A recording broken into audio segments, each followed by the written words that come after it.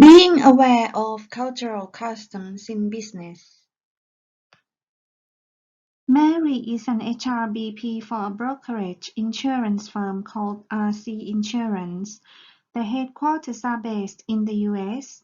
She has only worked there for less than a year, so everything seems relatively new to her. After the acquisition, there are approximately 630 employees within the company, and it had just gone international in January 2020. The majority of the clients are UK-based. They don't have any policy about international collaboration apart from diversity and inclusion training, which is not specific to cultural differences. So this is new to the company and Mary herself as an HRBP. In February 2020, Mary and the team had to deal with Chinese clients and the first international collaboration. She had the deal for them to sign, so she flew to Beijing and met the management team. It was her first trip to China and the first experience with a business deal with a Chinese client. After the greeting and introducing each other, Mary went straight to the point about the business deal she proposed. During the meeting, she noticed that the Chinese clients were so quiet and nodded their heads. Mary couldn't understand the implication. She was not sure if it was related to language barriers, misunderstanding, or miscommunication during the meeting. She flew back a couple of days later.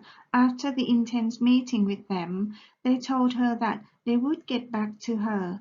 A couple of weeks later, there was no news, so she got in touch with them and found out that the contract had not been signed yet. Mary would like to know why. She thought she did the right thing by focusing on the details of the contract and going to the point.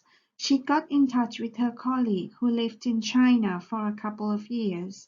Dean, her colleague, asked her if she went out with the client, such as a meal or an informal meeting beforehand, as Chinese people need to develop trust and connection before they do a business deal.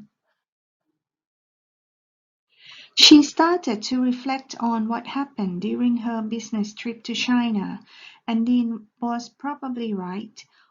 On the next follow-up trip to Beijing, Mary changed her approach by being more open-minded and asked them more about tourist attractions in Beijing, food, and any recommendations while she was there. She found out that they were accommodating and started to develop a friendship with her.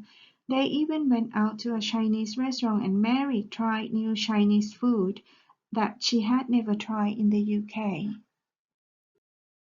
Mary flew back to the UK and a couple of days later she had some good news from them. The contract has been signed. Mary found that doing business with the Chinese is different from the UK. They may like to be entertained before they would sign the deal. The sales team needs to be aware that they are dealing with a particular client and have to have cultural awareness of their background. They will have to assign a budget for networking or entertaining. You would need to be open to experiences or have intercultural awareness.